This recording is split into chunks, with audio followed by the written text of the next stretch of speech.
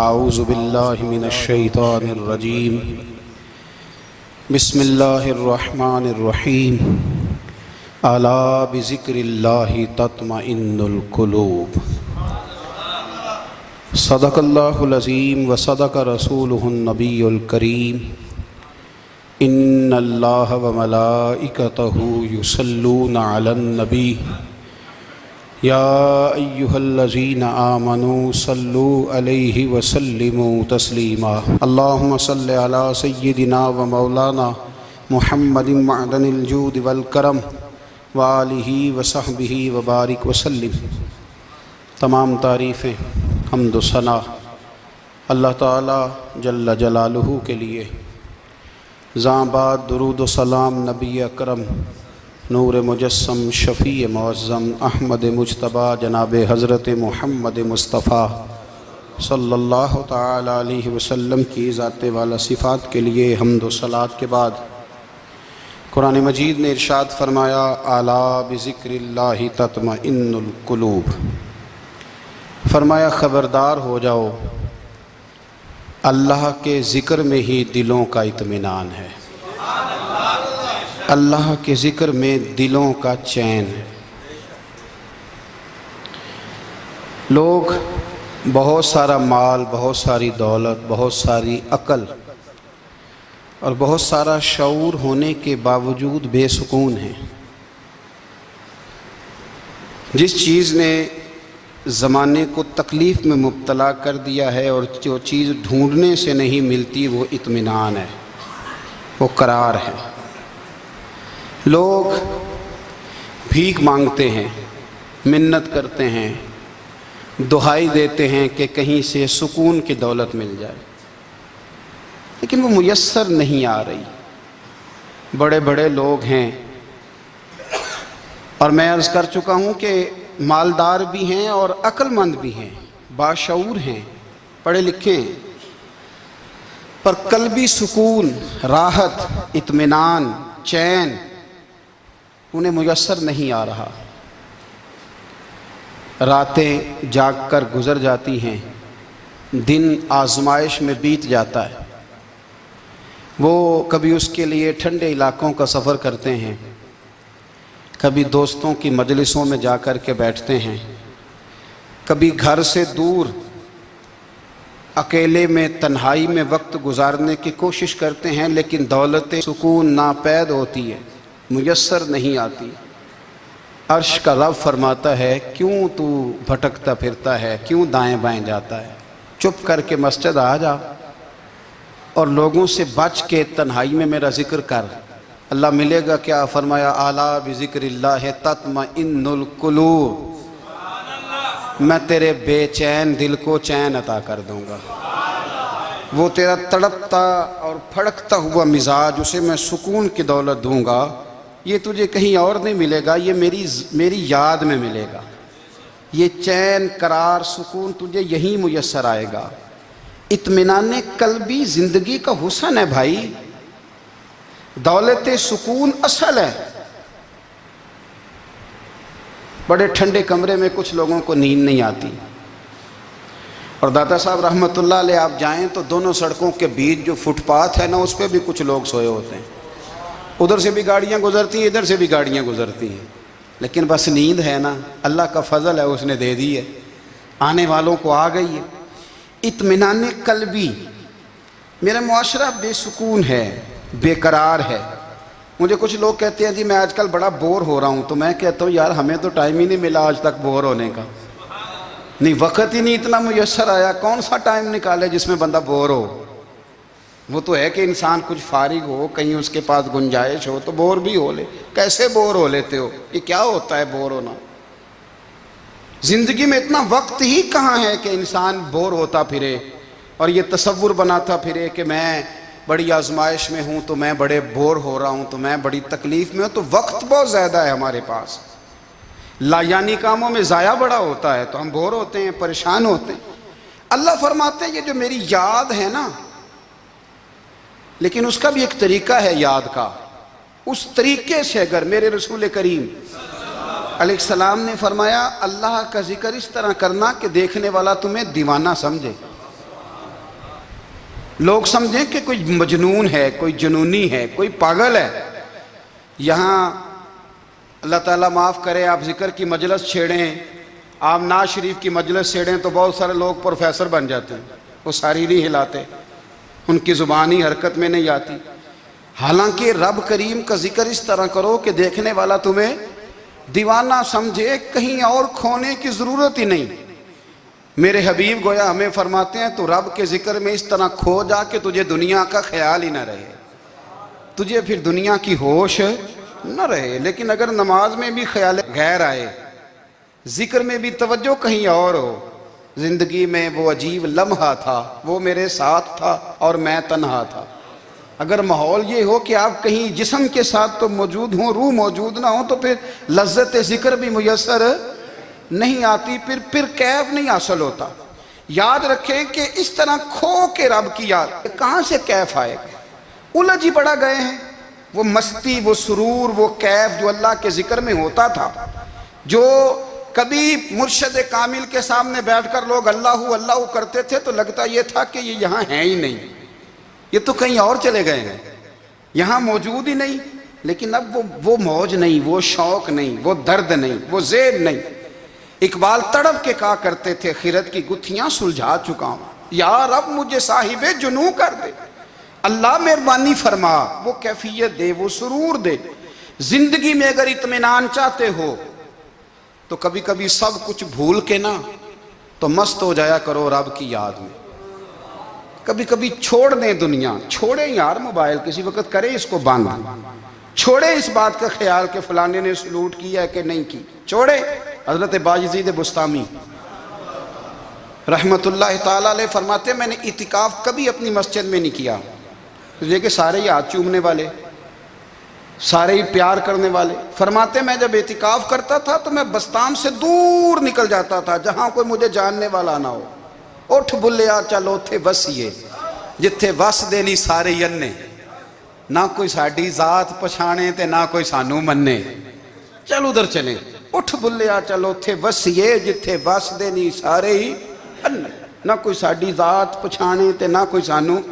اتنا شوق ہے سلوٹ کرانے کا، اتنا شوق ہے تعارف کرانے کا، اتنا شوق ہے اپنا بتانے کا، تو یہ چیز غلبہ کر جاتی ہے، پھر نام رہ جاتا ہے، روح نہیں رہتی، پھر وجود رہ جاتا ہے، پھر باطن کی کیفیت نہیں رہتی۔ خدا را اپنے آپ کو بے چین نہ کرو، بے قرار نہ کرو، بے سکون نہ کرو، رب کی یاد میں آ جاؤ، درود و سلام میں آ جاؤ، نعت کے حسن میں آؤ، تلاوت کی دنیا میں آؤ، سجدوں کے نور میں آؤ۔ آؤ کبھی کھول کے دل مسجد کی صفائیاں کریں، آؤ نہ کبھی کوئی بوڑھا، دادی، نانی، دادا، ان کے پاس بیٹھ کے پیر دبا کے اللہ کو راضی کریں۔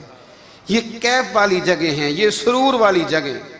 اتنی بے چین ہماری زندگی ہے، بے قرار ہے، تڑپتے ہوئے لوگ، لڑتے ہوئے لوگ، ایسے لگتا ہے ابھی ایک دوسرے کا گریبان تھام لیں گے، بے قرار، بے چین۔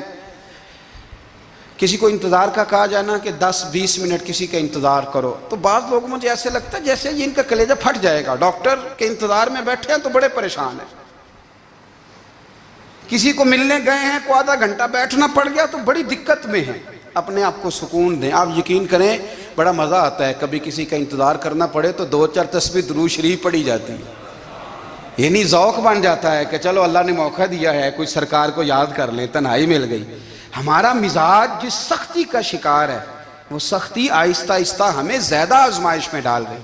تو میرے بھائی زندگی میں اطمینان حسن ہے، اور وہ سب سے زیادہ اللہ کی یاد میں ملتا ہے، وہ سب سے زیادہ رب کریم کے ذکر میں۔ سب سے زیادہ جو چاہتا ہے نا دل ٹھنڈا رہے، زبان میٹھی رہے، وہ مدینے والے محبوب پہ درود و سلام پڑھا کرے، وہ حضور پہ درود و سلام پڑھا کرے، زبان میٹھی رہے گی۔ میرا ذاتی تجربہ ہے کہ جو آدمی اپنے اخلاق سنوارنا چاہے وہ حضور پہ درود شریف پڑھے، جو اپنے اخلاق سنوارنا چاہے، طبیعت کو ٹھنڈا رکھنا چاہے، وہ درود شریف پڑھے، اس کا دل سکون میں آئے گا۔ کچھ کام اور ہیں زندگی میں اطمینان کے لیے، ان کا ہونا بھی بڑا ضروری ہے۔ سب سے پہلے اگر آپ چاہتے ہیں نا زندگی میں سکون ہو تو حقیقتوں کا سامنا کرنا سیکھیں، آپ جو ہیں وہ رہنا سیکھیں، جو آپ نہیں ہیں وہ بننے کی کوشش نہ کریں۔ حقیقت کا سامنا کرو گے تو زندگی اطمینان میں آ جائے گی۔ ہم نے نا بہانے بنا لیے ہیں، ہیلے بنا لیے ہیں، جھوٹ کے سہارے اپنے آپ کو اونچا کر لیا۔ ایک آدمی سے کہا جاتا ہے تو رشوت نہ لے، تو کہتا ہے میں غریبوں سے نہیں لیتا۔ تو میرا سوال یہ ہے کہ امیروں کا حساب لینے کی اللہ نے تیری ڈیوٹی لگائی ہے، تیرے ذمہ لگایا ہے کہ تو امیروں کا حساب کر، تمہیں کیا ضرورت پڑی ہے؟ ہم نا بہانہ کرتے ہیں، رشوت لینے والے کا الگ بہانہ ہے اور سفارش والے کا الگ بہانہ ہے۔ حقیقت کا سامنا کریں، حقیقت کا۔ جو میرے ذمہ داریاں ہیں وہ میں نے پوری کرنی، جو آپ کی ذمہ داریاں ہیں وہ آپ جان نہ چھڑائیں، حقیقت پسند بنیں۔ میرے رسول کریم، پھر پڑھیے درود شریف صلی اللہ تعالی علیہ وسلم۔ حضور صلی اللہ علیہ وسلم نے فرمایا کہ میری بیٹی سیدہ فاطمہ الزہرا رضی اللہ تعالی عنہا صرف جنتی نہیں، جنتی عورتوں کی سردار ہے۔ لیکن حضور نے یہ بھی فرمایا کہ فاطمہ یہ خیال رکھنا اگر اللہ نے حساب پوچھا تو حساب تم نے خود دینا ہے۔ حقیقت کی طرف توجہ کرائی حضور نے، وہ صرف جنتی نہیں، جنتی عورتوں کی سردار ہیں، پر حقیقت کی جانب توجہ۔ میں حقیقت یہ ہے کہ اگر مالک نے حساب پوچھا تو اس کی تیاری بھی کرنی ہے۔ دیکھیں نا، ہمیں کچھ یقین نہیں، اللہ معاف کرے کہ ہمارا حساب کیسا ہوگا، لیکن کتنے آزاد ہیں۔ یعنی بڑی دلیری سے بندے کہتے ہیں فجر نہیں پڑھتا جی، 3 پڑھتا ہوں جی، شاہ رہ جاتی ہے جی، کپڑے صاف، بڑی دلیری سے۔ اور سیدہ فاطمہ الزہرا نے ساری رات مصلی آباد رکھا ہے، حالانکہ انہیں یقین تھا کہ رب مجھے بغیر حساب کتاب جنت دے گا۔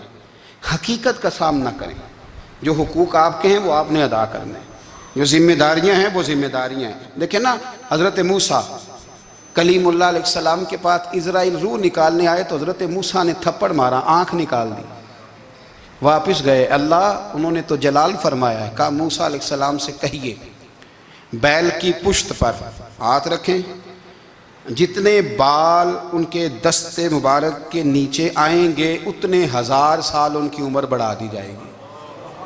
یعنی میرے کان میں کوئی بتا دے کہ جناب 60 سال بڑھ گئی، یا آپ کے کان میں کوئی کہہ دے تو خوشی ہوتی ہے کہ نہیں؟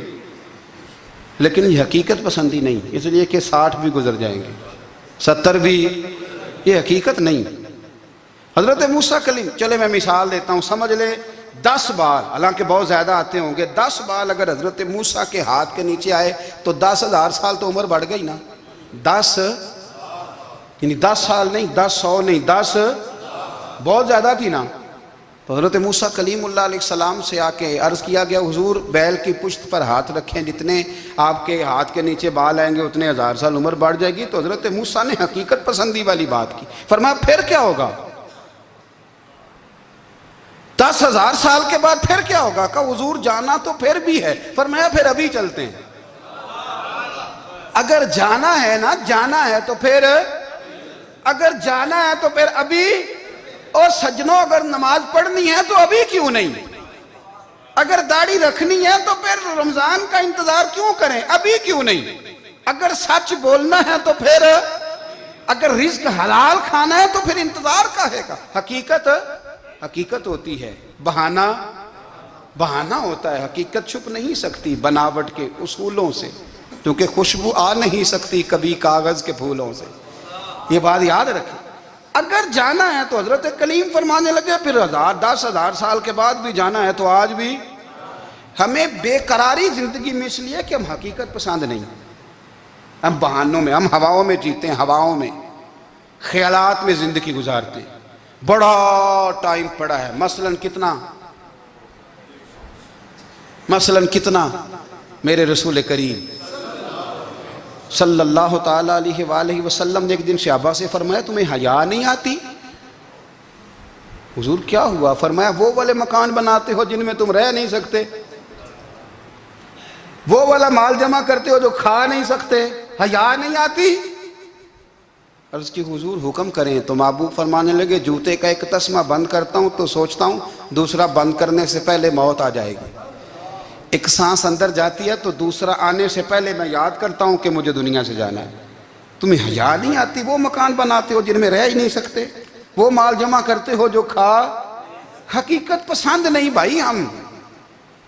بہت سارے لوگ ہیں بڑی باتیں سناتے ہیں، بڑی میں کہتا ہوں اصل میں نا زیادہ باتیں سنا کے نا بیچارہ اپنے آپ کو مطمئن کرنا چاہتا ہے، اصل بات یہ ہے کہ اندر سے نا ہلا ہوا ہے، کچھ بھی نہیں، بڑا زیادہ ہنستا ہے اور مجھے لگتا ہے کہ کوئی گہرا زخم چھپا رہا ہے۔ اس لیے ملمہ سازی، حقیقت پسند بنو، حقیقت پسند۔ یاد رکھنا، من ترک صلاۃ متعمدا فقد کفر، میرے رسول نے حقیقت بیان کی، فرمایا جس نے ایک نماز بھی جان بوجھ کے چھوڑی اس نے رب کے رب ہونے کا انکار کیا، اس نے کفران نعمت کیا۔ یہ حقیقت ہے، کوئی کلیریفیکیشن نہیں، کوئی وضاحت نہیں۔ جو نماز نہیں پڑھتا، جھوٹ بولتا ہے، غلط بیانی کرتا ہے، جو شخص رزق حرام کما کے کہتا ہے کہ اس کے بغیر گزارا نہیں چلتا، وہ جھوٹ بولتا ہے۔ اس لیے کہ رب فرماتا ہے جب تجھے پیدا کیا ہے تو تیرا رزق میرے ذمہ ہے۔ اللہ فرماتا ہے کہ لا یکلف اللہ نفسا الا وسعہا، میں کسی پر وہ بوجھ نہیں ڈالتا جو اٹھا نہ سکے۔ نماز فرض کیا، اس کا مطلب ہے ہم پڑھنے کے قابل ہیں، اس نے ہمارے ذمہ داریاں لگائی ہیں، تو مطلب یہ ہے کہ ہم ذمہ داریاں ادا کرنے کے قابل ہیں، ورنہ وہ کہتا ہے میں وہ بوجھ ڈالتا ہی نہیں جو تجھ سے اٹھایا نہ جائے۔ اگر چاہتے ہو کہ زندگی میں اطمینان ملے تو خدا را حقیقت پسندوں والی زندگی گزارو۔ یہ فضاؤں میں زندہ رہنا، ہواؤں میں، اللہ بڑا معاف کرنے والا ہے، اللہ بڑا کریم ہے، معاف کر دے گا، تو بھئی یہ بات صحابہ کو بھی پتا تھی، یہ اہل بیت کو بھی خبر تھی، تو وہ تو ایک ایک بات کا لحاظ کرتے تھے۔ یہ غوث اعظم کو بھی پتا تھی، یہ ان کے والد کو بھی پتا تھی، جنہوں نے کسی کا ایک سیب کھا لیا تھا تو 12 سال اس کے گھر میں نوکری کرتے رہے، انہیں نہیں پتا تھا اللہ بڑا کریم ہے، معاف کر دے گا، ایک سیب ہی ہے نا۔ تو حقیقت پسندی آپ کو سکون دے گی، اور اگر آپ نے اپنے آپ کو غیر مطمئن کیا ہوا ہے، بات کچھ اور ہے، اور آپ نے اپنے آپ کو ڈال کسی اور طرف لیا ہے، تو پھر آپ کو سکون مل سکتا؟ سکون حقیقت پسندی میں، اصل میں سکون ہوتا ہے، اداکاری میں سکون نہیں ہوتا۔ تیسری بات سنیں، اگر آپ چاہتے ہیں زندگی میں مطمئن رہیں تو دنیا داروں سے امیدیں توڑ دیں، اللہ اور اس کے رسول سے امید وابستہ کریں، اولیاء اللہ سے امیدیں وابستہ کریں، صحابہ اور اہل بیت سے امیدیں، اللہ اور اللہ والوں سے امیدیں، دنیا داروں سے امیدیں۔ آپ کو پتہ ہے دنیا دار کی تباہی کب ہوتی ہے؟ جب انہیں خوش آمدی مل جاتی ہے۔ چودھری کا بیڑا اس وقت غرق ہوتا ہے جب اسے چودھری کہنے والے زیادہ ہو جاتے ہیں۔ سیٹھ صاحب اور نواب صاحب بیچارے تباہ تب ہوتے ہیں بھولے پن میں، جب ان کے دائیں بائیں ریلا ہوتا ہے سیٹھ صاحب کہنے کا، لوگ انہیں کھانا چاہتے ہیں، پیار ان کا نہیں ہوتا، ان کی جیب کا ہوتا ہے،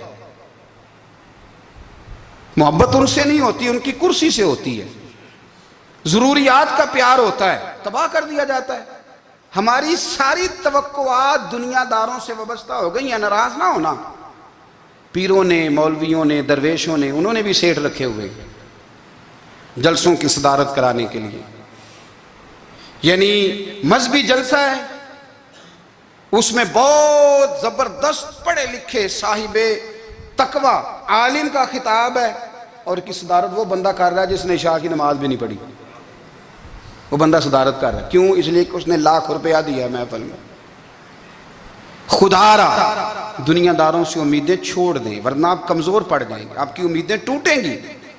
کتنا کمزور ہے وہ شخص جو 2-4 ہزار کے لیے کسی بندے کی چاپلوسی کرتا ہے، اس کے پیچھے بھاگتا ہے، خوش آمدیں کرتا ہے، تھوڑے سے نوٹوں کے لیے، دکھ سکھ میں کام آئے گا اس کام کے لیے۔ میرے رسول کریم علیہ السلام نے فرمایا جس نے بندوں کو راضی کرتے کرتے رب کو ناراض کر دیا، اس کی دنیا بھی گئی اور آخرت بھی گئی۔ اور فرمایا جس نے بندوں کی پرواہ نہیں کی، اللہ کو راضی کیا، فرمایا اگر رب راضی ہو گیا تو لوگوں کے دلوں میں بھی محبت پیدا فرما دے گا۔ کیا ضرورت ہے خوش آمد کرنا دنیا داروں کی، سیٹوں کی، نوابوں کی، چاپلو۔ اور میں آپ کو ایک بات بتاؤں، ہوتا پتہ کیا ہے؟ یہ جو حب جا اور حب با ہوتی ہے نا، اس سے پیٹ نہیں بھرتا۔ آپ کو اگر خوش آمد کرنی ہے تو پھر آپ کو ساری زندگی کرنی ہے۔ پھر ان کو بھی پتہ ہوتا ہے کہ تعلق کس بنیاد پر ہے، اس میں کبھی بھی خلوص پیدا نہیں ہوتا۔ آپ بے چین رہتے ہیں، بے قرار رہتے ہیں، آپ کو تکلیف رہتی ہے ہمیشہ۔ کبھی بھی دنیا داروں سے امیدیں وابستہ نہ کریں۔ ایک بات سنیں بڑی شاندار، امام غزالی نے لکھی ہے۔ امام غزالی فرماتے ہیں کہ ہارون رشید نا حج کر کے واپس آیا بغداد میں، تو کونے میں حضرت بہلول دانا بیٹھے تھے، رش بہت تھا، مجمع بڑا تھا، حضرت بہلول دنا بھی سڑک کے کنارے بیٹھے تھے تو سپاہی کہنے لگے یہاں سے اٹھ جاؤ، فرمانے لگے ہارون رشید کی زمین نہیں، زمین میرے رب کی ہے، میں کیوں اٹھوں؟ وہ قریب سے گزرا تو سلام لی، تو آپ نے اس کا پروٹوکول دیکھا تو فرمانے لگے ہارون رشید تجھ سے تگڑے تگڑے موٹے موٹے پروٹوکول میں نے لوگوں کے دیکھے ہیں، اور یہ جو تیرے دائیں بائیں آج تیرے نعرے لگا رہے ہیں یہ پہلے ان لوگوں کے نعرے لگایا کرتے تھے، اور تھوڑا وقت گزرنے دے، جو تیرے بعد آئے گا نا یہ سارے پھر ان کے نعرے بھی لگائیں گے۔ تو جھوٹ کی دنیا میں زندہ ہے، ان سے تو نے امیدیں وابستہ کی ہیں، یہ کل اس کے نعرے لگائیں گے۔ اس کے دل پہ بڑا اثر ہوا، گھوڑے سے اتر آیا، آگے کہنے لگا حضور آپ نے مجھے بڑی اچھی نصیحت کی ہے، میرا دل بڑا ٹھنڈا ہوا ہے، میں نے سنا ہے آپ مقروض ہیں، کچھ لوگوں کا قرض، تو مجھے کوئی حکم ہی کر دیں۔ آپ ہنسنے لگے، فرمانے لگے یار تو بڑا ہی بیوقوف ہے، بڑا ہی بیوقوف ہے تو، میں تجھے نصیحت کر رہا ہوں تو مجھے الجھا رہا ہے، حضور کوئی حکم کر دیں۔ کیا خوبصورت انداز ہے رب کریم کے بندوں کا۔ حضرت بہلول دانا فرمانے لگے تیرا رب کون ہے؟ کہا اللہ، تو فرمایا میرا کون ہے؟ کہا اللہ۔ فرمانے لگے یہ تو نہیں نہ ہو سکتا کہ اللہ ہارون رشید کو دیتا رہے اور بہلول دانا کو بھول ہی جائے، یہ تو نہیں نہ ہو سکتا کہ ہارون رشید کو دیتا رہے اور بہلول دانا کو بھول جائے۔ فرمایا اس کا دل، اس کا ارادہ ہوا، ارادہ قدرت ہوا کہ بہلول مقروض رہنا چاہیے، تو اگر رب مجھے رکھنا چاہتا ہے، دکھ قبول محمد بخشا راضی رہن پیارے، اگر وہ چاہتا ہے میں مقروض رہوں تو میں بھی چاہتا ہوں کہ میں مقروض ہی رہوں، یہ تو نہیں نہ ہو سکتا کہ تجھے دے اور مجھے نہ دے۔ فرمایا میری تجھ سے کوئی امید نہیں، مجھے جب بھی دے گا میرا رب بھی دے گا، اور وہ دے گا تو پھر انشاءاللہ خزانے کھول کے دے گا۔ دنیا داروں سے امیدیں وابستہ کرنا، لوگوں کے پیچھے، یہ چھوڑ دیں، آپ بے چین رہیں گے، بے قرار رہیں گے۔ اللہ والوں سے ضرور امیدیں وابستہ کریں، اس لیے کہ ان کے پاس جو کچھ ہوتا ہے وہ دراصل رب کا ہی ہوتا ہے، لیکن سیٹھوں سے، نوابوں سے، سیاستدانوں سے باز آ جائیں، ہماری بڑی امیدیں وابستہ ہیں۔ میں اکثر کہتا ہوں جتنے پھیرے نوکری کے لیے دنیا دار کے دروازے پہ لگائے ہیں نا، اس سے کم دفعہ مسجد میں نفل پڑے ہوتے تو رب اتنی بڑی مہربانی فرما دیتا۔ تیسری بات یہ یاد رکھیں، اگر سکون لینا چاہتے ہیں نا، اگر سکون لینا چاہتے ہو نا تو لوگوں کو ڈسکس کرنا بند کر دو۔ کس کو اللہ نے کتنے پیسے دیے ہیں وہ جانے اور اللہ جانے، کس کو اللہ نے کتنی گاڑیاں دی ہیں وہ جانے، اور لوگوں کو ڈسکس کرنا جی۔ یعنی میں ایک جگہ بیٹھا تھا تو ایک صاحب گاڑی والا گزرا، گاڑی میں بیٹھ کے، اس کا پڑوسی تھا، کہندے تھا منہ ہے کار والا، میں کہ وہ تے ہے تاں ہی بیٹھا ہے، تے ہن میں کہ سمجھانا سی نا انہوں، میں کہ توں تے میں حساب لائیے بھی ساڈے کول کوئی نہیں، وہ تے ہے، لیکن نا اللہ نے اسے دی ہے نا، تو اللہ نے چاہا نا وہ کار میں بیٹھے، تو جس نے پھٹے پہ بیٹھ کے یہ تبصرہ کیا کہ منہ ہے کار والا، میں کہ ابھی وہ تے ہے تاں کار ہے۔ اب مجھے اور تجھے اندازہ لگانا چاہیے کہ ہم کیا یہ بحث ہے، یعنی اللہ کو چاہیے تھا معاذ اللہ کے پہلے تم سے پوچھتا کہ اسے کار دینی ہے کہ نہیں، کیا مطلب فضول بحث ہے۔ وہ چیز ہمیں اتنا تنگ کرتی ہے، اتنی تکلیف دیتی ہے کہ آپ یقین کریں سارا دن اسی کو ڈسکس کرتے ہیں، سارا دن۔ اس کے پاس گاڑی ہے، اس کے پاس کار ہے، فلانے کا پیسہ 1 نمبر ہے، فلانے کا 2 نمبر ہے، فلانے کا 6 نمبر ہے، اصل بات کے اندر حسد ہے، اس کو نکالو۔ ایک بات کہنے لگا ہوں، اسے یاد رکھنا، میرے اعلیٰ حضرت رحمۃ اللہ علیہ فرمایا کرتے، حسد کرنے والا بندوں پر اعتراض نہیں کرتا، اللہ پر اعتراض کرتا ہے۔ وہ کہتا ہے اللہ اسے کیوں دیا ہے، اتنا کیوں دیا ہے، معاذ اللہ وہ اللہ کی تقسیم پر اعتراض کرتا ہے۔ حسد کرتے ہو بے چین رہو گے، حسد آپ کے دل کو تڑپا کے رکھ دے گا، چھوڑے۔ اللہ بڑا کریم ہے، جس کو جہاں چاہتا ہے وہاں بٹھا دیتا ہے۔ آپ قطعاً اس بحث میں نہ پڑے کہ اللہ نے کس کو کتنا دیا ہے، کب دیا ہے، کیوں دیا ہے، وہ بڑا بے نیاز ہے۔ حسد آپ کو تباہ کرے گا۔ دنیا میں پہلا گناہ جو ہوا تھا وہ حسد تھا۔ ابلیس نے حضرت آدم سے حسد کیا، کہنے لگا میں بہتر ہوں، سرداری اس کو مل رہی ہے، یہ تو اللہ کو پتہ ہے نا کس کو دینی ہے۔ اور دنیا میں پہلا قتل حسد کی وجہ سے ہوا، حابیل قابیل کے درمیان حسد کا معاملہ تھا، خاتون کا نکاح اس سے کیوں ہو رہا ہے، مجھ سے ہونا چاہیے۔ حسد تباہی کرتا۔ آپ یقین کریں، یعنی دکاندار کے سامنے دوسری دکان پڑتی ہے اور پریشان ہو جاتا ہے، وہ کہتا ہے میرا کیا بنے گا، لا حول ولا قوت الا باللہ العلی العظیم۔ یعنی تیرا کا خیال ہے کہ تیرے حصے کی روٹی وہ کھا جائے گا؟ اتنا چھوٹا دل. یعنی تیرا موقف یہ ہے کہ تیرے حصے کا نصیب اس تک چلا جائے گا، یہ تیری خواہش ہے. ایک دوسرے کی کمزوریاں بیان کرنا، اس کا تو مال ہی ناقص ہے جی، اس کے تو پاس ہی کچھ نہیں. یہ تو کمزور لوگوں کا طریقہ ہے. میرے رسول کریم علیہ السلام گزر رہے تھے، پت جھڑ کا موسم تھا، خزاں کا موسم تھا، درختوں کے پتے جھڑ رہے تھے. صحابہ کو ساتھ لے کے حضور گزرے اور ایک درخت کی ٹہنی کو پکڑ کے حضور نے ہلایا. صحابہ فرماتے ہیں کہ چھم چھم اس کے پتے گرے، زمین پر ڈھیر لگ گیا. حضور نے فرمایا دیکھا تم نے کیا ہوا؟ حضور ہاں. فرمایا کتنی تیزی سے پتے جھڑے ہیں، صرف تنا رہ گیا ہے اور خالی ٹہنیاں رہ گئی ہیں، کوئی حسن بچا ہے؟ حضور نہیں. تو نبی کریم فرمانے لگے جو حسد کرتا ہے نا، اس کی نیکیاں بھی اسی طرح جھڑ جاتی ہیں، اسی طرح. اور ایک جگہ حضور فرمانے لگے جس طرح راکھ لکڑی کو آگ کھا جاتی ہے، جس طرح لکڑی کو آگ، جب آگ کھا جائے تو پھر لکڑی کو لکڑی نہیں کہا جاتا، راکھ کہا جاتا ہے، کوئلہ کہا جاتا ہے. اس کی اصل باقی یعنی اسے کھائی جاتی ہے. تو حضور علیہ السلام فرمانے لگے جس طرح آگ لکڑی کو کھا جاتی ہے، فرمایا اسی طرح حسد نیکیوں کو کھا جاتا ہے، نیکیاں رہتی نہیں. حسد کرنے والے کے پاس نیکیاں یعنی ان کی اصل شکل موجود، کبھی بھی حسد نہیں کریں. اللہ کی تقسیم ہے، جس کو چاہے جب چاہے جتنا چاہے عطا کرے. اور چوتھی بات میرے بھائی، کبھی بھی بغض نہ پیدا کریں. بغض والے لوگ بے سکون رہتے ہیں. بہت ساری کمزوریاں ہمارے اندر ہوتی ہیں نا، پھر اللہ ہماری روزی تو نہیں نہ بند فرماتا. یہ تو نہیں کہتا کہ زمین سے نکل جاؤ.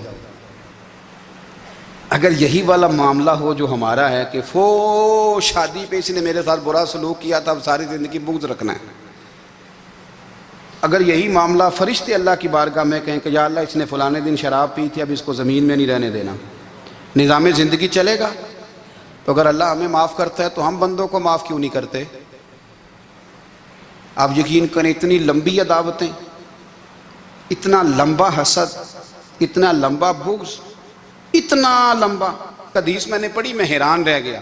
میرے نبی کریم علیہ السلام نے فرمایا اپنی بیوی سے کبھی بغض نہ رکھنا.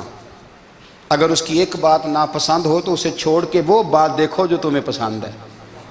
میں اس حدیث کو پڑھ کے سوچنے لگا کہ کیا بیوی کا بھی بغض رکھتے ہیں لوگ؟ اب حضور نے کہا ہے تو اس کا مطلب ہے لوگ بیوی کا بغض بھی رکھتے ہیں. اب اس پر استدلال کر کے مجھے کہنا پڑے گا کہ سسرال والوں کا بغض بھی رکھتے ہیں. کہنا پڑے گا کہ بھائی کے سسرال والوں سے بھی بغض رکھتے. اس حدیث کی روشنی میں سمجھا کہ لوگ بھابھی کا بغض بھی بغض رکھتے ہیں. بغض، ورنہ عادتیں تو ہماری بھی کئی بری ہوتی ہیں. اگر عادات ایک وجہ بنے اختلاف کی تو عادتیں تو ہماری بھی کئی بری ہیں، لیکن ہم اپنی بری عادتوں سمیت اپنے آپ سے پیار کرتے ہیں، اور سامنے والے کی ایک بھی عادت بری ہو تو اس سے بغض رکھتے ہیں. بغض نہ پیدا کریں. میرے نبی پاک علیہ السلام نے فرمایا کچھ چیزیں تمہارے دین کو مونڈ ڈالیں گی، تباہ کر دیں گی، کاٹ دیں گی. حضور کون سی؟ فرمایا حسد، تکبر اور بغض، یہ تمہارے دین کو تباہ کر دیں. ہم بے چین اس لیے ہیں کہ ہم نے بہت سارے لوگوں کا بغض پالا ہوا ہے، اور ہر فیلڈ میں سیاستدان نے سیاستدان کا، ذاتیات پر اتر کے بات کرتے ہیں، معزز ترین لوگ، تاجر نے تاجر کا، اللہ ماشاءاللہ بعض جگہ پہ اہل علم بھی ایک دوسرے سے عداوت رکھتے ہیں. خدا را دل رب کریم کے آنے کا ٹھکانہ ہے. یہ صاف ہوگا تو اس میں رب رسول کے جلوے ہوں گے. اگر اس میں عداوت ہو، اس میں بغض ہو، اس میں کینہ ہو، نفاق ہو، سنیں میرے رسول کریم حضرت ابوبکر صدیق رضی اللہ تعالیٰ عنہ کہتے ہیں میں رو ہی پڑا. مکہ فتح ہوا نا تو اکرمہ بن ابو جہل نے پیغام بھیجا کہ میں نا کلمہ پڑھنے کے لیے آ رہا ہوں. بات لمبی ہے، میں موضوع پہ رہنا چاہتا ہوں. کہتے ہیں جب وہ آنے لگا نا تو نبی پاک نے ہم سب کو بلایا، ہم حاضر خدمت ہوئے. تو حضور فرمانے لگے کہ اس کے باپ نے نا بڑا ظلم کیا ہے ہمارے ساتھ، ابو جہل نے بڑا ستایا ہے، بڑی تکلیف دی ہے. آپ مجھے بتلائیں کہ وہ ایک دفعہ کسی شادی پہ بحث ہوتی ہے بیوی کے بھائی کے ساتھ، پھر ساری زندگی اس بیچارے کو معافی وہ 10 دفعہ گھر آتا ہے معافی مانگنے پر سوال ہی نہیں پیدا ہوتا میں او ہو مجھے ہی کہہ دیا یعنی پھر میں مجھے ہی کہہ دیا آپ نے اور میری شان میں بے ادبی اور پھر میں معاف کر دوں توبہ توبہ توبہ یہ کیسے ہو سکتا ہے میری ناک نیچی ہو جائے گی اور آپ نے مجھے کہہ دیا سوال ہی نہیں پیدا ہوتا اور یہ رونا میں اکثر ہوتا ہوں کہ شادی والے دن داماد صاحب کا زیادہ دماغ خراب ہوتا ہے جب چھوٹی سالی کی شادی ہوتی ہے نا اس دن اس کو بخار چڑھتا ہے کوئی اس کو کان میں کہتا ہے تیری عزت نہیں کر دے اس دن اس کا دماغ خراب ہو جاتا ہے بچے اٹھا کے نکل آتا ہے وہ بیچارہ سسر منتیں کر رہا ہوتا ہے کہ تیری مہربانی آ جا یہ عزت کرا رہا ہے تو میں نے کہا احتجاج کر کے جو عزت کرائی جاتی ہے وہ عزت نہیں ہوتی ہاں یہاں مانگ کے عزت لیتے ہیں لوگ یا احتجاج کی کوئی عزت ہے آپ کے اندر کمالات اتنے ہوں کہ آپ کی عزت کرنے کو دل چاہے یعنی مزہ آئے یعنی لطف آئے یعنی آپ دور بیٹھے ہوں تو کسی کا دل کرے آپ کو اسٹیج پہ بلانے کے لیے یہ کیا بات ہوئی کہ چھائے جانا اور بھاگ کے آگے جانا ان سے نکلیں اکرمہ بن ابو جہل کلمہ پڑھنے کے ارادے سے آ رہے ہیں حضور علیہ السلام نے صحابہ کو بلایا کتنی زیادہ دعوت رکھی جا سکتی تھی معاذ اللہ کب سے وہ چلا تھا ظلم کرنے اور اس کے بعد اس کا بیٹا شروع ہو گیا کتنی باتیں تھیں جو ناقابل معافی تھیں پر کریم رسول نے ہمیں بتلایا ہے کہ سکون والی زندگی کہتے کس کو ہے جب سب لوگ جمع ہو گئے تو حضور نے فرمایا بھئی وہ کلمہ پڑھنے آ رہا ہے اس کے باپ نے ظلم بڑے کیے ہیں پر میری نصیحت یہ ہے کہ اس کے سامنے اس کے باپ کو کوئی برا نہ کہے خبردار کوئی اس کے سامنے کوئی بات نہ کرے اب وہ کلمہ پڑھنے آ رہا ہے مطیع ہو کے آ رہا ہے بان کے آ رہا ہے کہتے ہیں اللہ کے رسول نے نا کافی دیر تک خطبہ دیا بریفنگ دی بات سمجھائی جناب صدیق اکبر کہتے ہیں میں رو پڑا ایک صحابی مجھے کہنے لگے تمہیں کیا ہوا تو میں نے کہا میں مصطفیٰ کی رحمت پہ رو رہا ہوں دیکھو کن کے لیے حضور گراؤنڈ بنا رہے ہیں اے دیکھو کن کے لیے حضور تیاری کر رہے ہیں جنہوں نے ساری زندگی دشمنی کی خدا را یہ اندر سے عداوتیں نکال پھینکو او بھائی اتنا تو لمبا ٹائم ہی کوئی نہیں اتنا تو وقت ہی کوئی نہیں اس کو صاف رکھو بندہ کوئی کر بھی گیا تو کوئی عرض نہیں چنگی مندی سجنا کھولو 100 واری ہو جاندی یار یاراں دا گلا نہیں کر دے اصل پریت یار یاراں دا جڑا گلا کردا جے یار نہیں جی ہوندا ہاں پکی بات پکی پیڑی میرا ایک سنگی مجھے آ کے آنے لگا فلانی جگہ بندہ یہ بات کر رہا تھا میں کہ تو اوتھے ہی سے سوندا سے تم ہی نال ہی سے میرا تو سجن باس ہونی نہیں سکتا چنگی مندی سجنا کولوں 100 واری ہو جاندی یار یاراں دا گلا نہیں کر دے اصل پریت جنہ دی ہاں جو بندے پھر ہوتے اس طرح کے ان کے لیے بھی میاں صاحب نے کہا ہے ان کے لیے بھی میاں صاحب نے کہا ہے ان کے لیے بھی آپ نے بات ارشاد فرمائی ہے آپ نے فرمایا چنگا ہویا لڑ نیڑیوں چھٹا کتے عمر نہیں لنگی ساری بے قدران دی یاری کولوں توبہ لکھ لکھ باری او چنگا ہویا لڑ نیڑیوں چھٹا کتے عمر نہیں لنگی ساری جو اس طرح کا تھا نا شکوے کرنے والا بغض رکھنے والا فرمایا بے قدران دی یاری کولوں توبہ یعنی لاکھ تے لاکھ کنے ہو گئے یعنی 2 لاکھ باری توبہ کی تھی انہوں نے گنی نہیں جا سکتی جتنی میاں صاحب نے توبہ کر دی بے قدرے دوست بے قدران دی یاری کولوں توبہ لکھ لکھ باری چنگا ہویا لڑ نیڑیوں چھٹا کتے عمر نہیں لنگی ساری تو مہربانی کریں ایک تو اگر آپ مطمئن رہنا چاہتے ہیں تو کبھی کبھی نا مست ہو کے ذکر الہی کریں مست ہو وہ والا ذکر نہیں جس میں آپ موبائل بھی دیکھ رہے ہیں اور کہانیاں بھی میرے سامنے کو بندہ جمعے والے دن یا تقریر کے درمیان تسبیح لے کے بیٹھ جائے تو میں اس سے پوچھتا ہوں تو 2 کام ایک ٹائم جکے میں پہ کرنا ہے میری بھی بات سن رہے ہو تسبیح پڑھی تو ممکن ہی نہیں تسبیح تو تسبیح ہے جب وہ ہوگی تو پھر کوئی اور کام سوال ہی نہیں پیدا ہو ایک تو ذکر کریں محو ہو دوسری بات حقیقت کا سامنا کریں آپ اگر مطمئن رہنا چاہتے ہیں تو حقیقت پسند بنیں تیسری بات حسد چھوڑ دیں دوسروں کو ڈسکس کرنا چھوڑ دیں آپ یہ دیکھیں کہ اللہ نے مجھے کیا کچھ دیا اس پہ راضی رہیں اور چوتھی بات عداوت چھوڑ دیں سینے میں کینہ چھوڑ دیں آپ کی زندگی مطمئن ہو جائے گی آپ خوشحال رہیں گے وہ جو آپ لفظ کہتے ہیں نا کہ میں بور ہوں میں پریشان ہوں اس سے آپ نکل آئیں گے اللہ ہمیں محبوب کی غلامی میں زندہ رکھے غلامی میں موت